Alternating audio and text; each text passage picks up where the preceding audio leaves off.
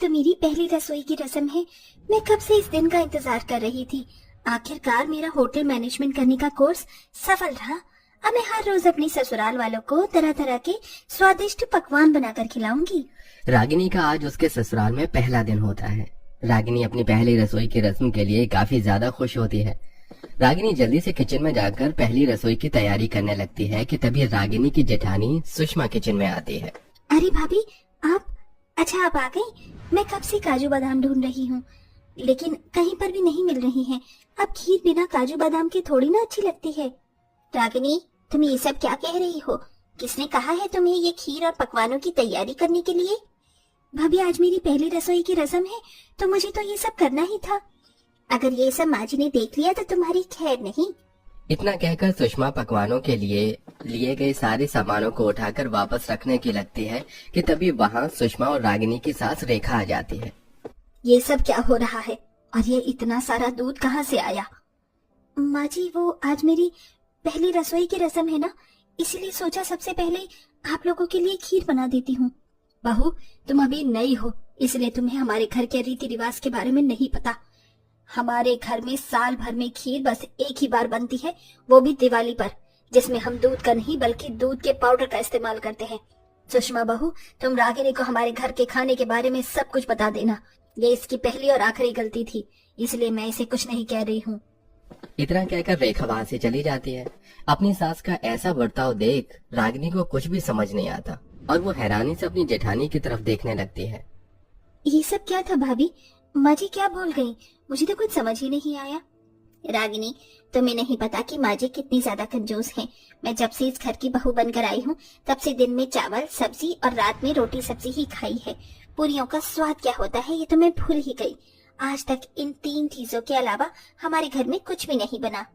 लेकिन भाभी, इतनी कंजूसी का क्या फायदा जब घर में कोई अपना मनपसंद खाना ही नहीं खा सकता?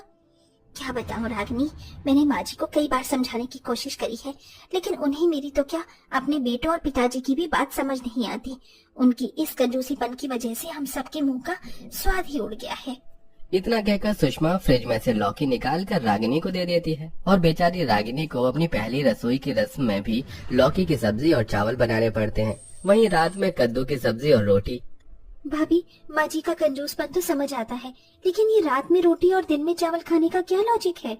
वो क्या है ना, माँ जी को रात में चावल हजम नहीं होते हैं, इसीलिए रात में उनके कहे मुताबिक रोटी बनती है और दिन में चावल। ये ससुराल है या हिटलर की कोई जेल, जो हम सभी कैदी और माँ जी जेलर हैं? ऐसे ही समय गुजरता रहता है। अब अपने ससुराल वालों के साथ साथ रागिनी भी हर रोज रात में रोटी और दिन में चावल खा खा कर ऊब चुकी थी। बस अब बहुत हुआ। रोज रोज रात में रोटी दिन में चावल, इसके अलावा तो इस घर में कुछ बनता ही नहीं है। अब मैं भी देखती हूँ कि कैसे माँ जी मुझे मेरी पसंद का खाना बनाने से रोकेंगी। रागिनी अपने साथ साथ अपने ससुराल वालों के लिए भी ढेर सारी पाव भाजी बनाती है। पाव भाजी की खुशबू डाइनिंग टेबल पर बैठे हुए परिवार के सभी सदस्यों को आ रही होती है। अरे, आज इतने सालों में पहली बार रसोई से कितनी अच्छी खुशबू आ रही है ना। ऐसा लग रहा है कि कुछ अच्छा बन रहा है, लेकिन भला हमारी रसोई में क्या अच्छा बन रहा होगा? सही कह रहे हो, ज्यादा से ज्यादा कोई सूखी सब्जी और साथ में 2 रोटी ही मिलेंगी। सभी लोग इतनी अच्छी खुशबू को लेकर आपस में बात कर ही रहे होते हैं कि तभी एक बड़ी सी प्लेट में ढेर सारी पाव भाजी लिए रागिनी आती है। पहली बार अपने घर में इतना अच्छा कुछ बनता देखकर सभी लोग काफी हैरान होते हैं। भाभी, ये सच में पाव भाजी है? ये मेरी आंखों का कोई धोखा है? मुझे तो यकीन ही नहीं हो रहा है कि हमारी रसोई में रोटी चावल बनने के अलावा आज पाव भाजी बनी है। रागिनी, ये तुमने क्या किया? अगर माँ जी को पता चल गया कि उनके कहने के बावजूद भी तुमने घर में रोटी चावल के अलावा भी कुछ बनाया है, तो वो तो किसी वॉल्केनो की तरह फट जाएंगी, हम सभी पर। भाभी, आप इतना टेंशन क्यों लेती हैं? जब माँ जी मेरे हाथ की मसालेदार और चटपटी पाव भाजी खाएंगी तो वो सारा गुस्सा भूल जाएंगी। रागिनी एक एक कर सबको पाव भाजी परोसती है। सभी लोग जैसे ही पाव भाजी का पहला निवाला खाने लगते हैं कि तभी वहाँ रेखा जाती है। रुक जाओ सब, खबरदार अगर किसी ने इसका एक निवाला भी अपने मुंह में रखा तो। माँ जी, आप ऐसे खाने में किसी को कैसे रोक सकती हैं? क्या आपका मन नहीं उबता रोज रोज खाने में चावल रोटी खाकर? अरे, इसके अलावा भी दुनिया में ढेर सारी चीज है। बहू, पैसे पेड़ पर नहीं उगते हैं। जब से तू आई है तब से ही मेरे घर में ये ड्रामा चल रहा है, वरना आज से पहले कभी किसी का रोटी चावल के अलावा और कुछ खाने का मन नहीं हुआ था। बोलो तुम सब चुप क्यों हो? क्या किसी को सच में ये पाव भाजी खानी है? देखा सब कैसे चुप खड़े हैं। अब जो तूने गलती की है उसकी सजा तुझे मिलेगी। अब से लेकर 3 दिन तक तुझे खाने का एक निवाला भी नहीं मिलेगा। रेखा रागिनी की बनाई हुई सारी पाव भाजी को लेती है और सीधा उसे दुकान पर बेच देती है, जिससे मिलने वाले पैसों को रेखा अपनी तिजोरी में रख देती है। रेखा का स्वभाव शुरू से ही कंजूसपन से भरा हुआ था। हर छोटी से बड़ी चीज में कंजूसपन करना रेखा की अब आदत सी बन चुकी थी। क्या कर रही हो जाने मन? दिख नहीं रहा है, कपड़े तय लगा रही हूँ। अरे बाबा, इतनी सी नाक पर इतना ज्यादा गुस्सा? रागिनी, तुम तो माँ को जानती हो ना। मैं तो क्या घर में कोई भी माँ के सामने खाने को लेकर कुछ नहीं कह पाता। लेकिन तुम फिक्र मत करो, ये देखो मैं तुम्हारे लिए क्या लेकर आया हूँ। Oh my God, pizza! पता है कब से मेरा पिज्जा खाने का मन कर रहा था, लेकिन हम इसे अकेले नहीं खाएंगे।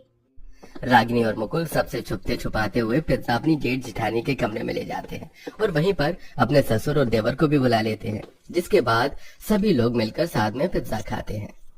थैंक यू रागिनी, मुकुल, कम से कम तुम्हारी वजह से हमें ये पिज्जा तो नसीब हुआ, वरना माँ के डर से तो मैं बाहर भी कुछ नहीं खा पाता हूँ। एक एक पैसे का हिसाब जो लेती है। ऐसे ही एक दिन। लेकिन क्यों माँ, मैं अपने फ्रेंड्स को घर पर क्यों नहीं बुला सकती? हर कोई मुझे अपनी बर्थडे पार्टी पर बुलाता है, तो मैं क्यों नहीं? क्योंकि अगर वो लोग आएंगे तो हमें उन्हें अच्छा अच्छा खाना बनाकर खिलाना पड़ेगा, जिसके लिए मेरे पास बिल्कुल भी पैसे नहीं हैं। आखिरकार आप इतना पैसा बचाकर करोगी क्या? अपने साथ क्या भगवान के पास ले जाओगी? आपकी इस कंजूसीपन की वजह से देखना, एक दिन हम सब यूं ही भूखे प्यासे मर जाएंगे। इतना कहकर सोनाली गुस्से में वहाँ से चली जाती है।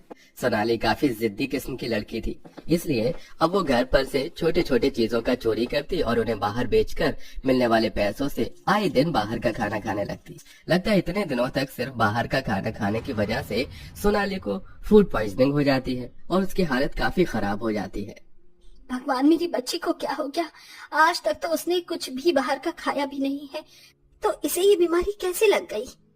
आपने कभी हम लोगों के खाने पर ध्यान दिया हो तो आपको पता चलेगा ना कि मैं पूरे 1 महीने से सिर्फ बाहर का खाना खा रही हूँ।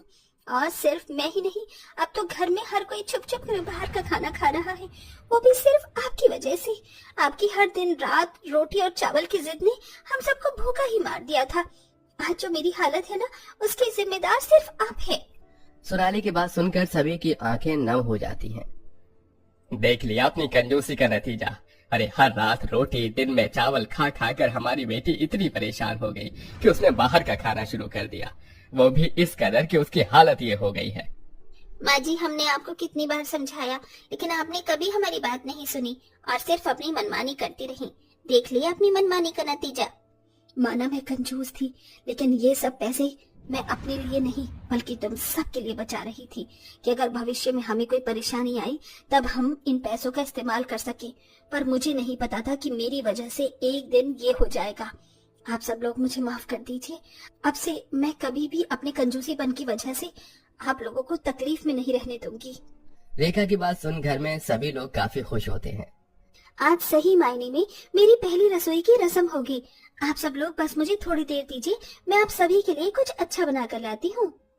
रागिनी किचन में जाती है और सभी के लिए तरह तरह के स्वादिष्ट पकवान बनाती है। इतने समय बाद घर में बना हुआ इतना अच्छा खाना खाकर सभी लोग काफी खुश होते हैं, जिसके बाद अब आए दिन खाने में रोटी चावल के अलावा भी तरह तरह के पकवान बना करते थे और अब पूरा परिवार हंसी खुशी खाना खाता है। आपके घर में सुबह और शाम को खाने में क्या बनता है? कमेंट करके खाने का नाम जरूर बताइएगा।